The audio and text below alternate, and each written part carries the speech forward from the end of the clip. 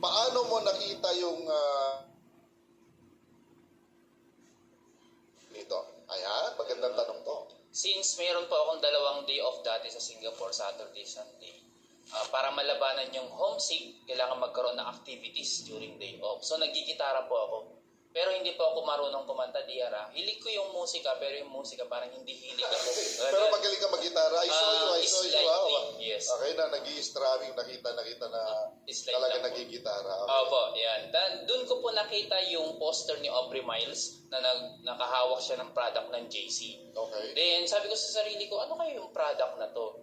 Then, tinanong ko yung may-ari nung tinutugtugan namin na pub, si Ma'am Marisa Lim. Hi, Ma'am Marisa Lim! Ayun. Ayan. So, tinanong ko siya, Ma'am, ano po itong product na hawak ni Aubrey Miles? Sabi niya, ayan yung product ng JC. Ano po yung JC? Sabi niya, yan yung JC, yan yung bagong tinayo ko na business ngayon dito. Kasi siya po yung nag-franchise ng business center sa Singapore ng JC. Yes.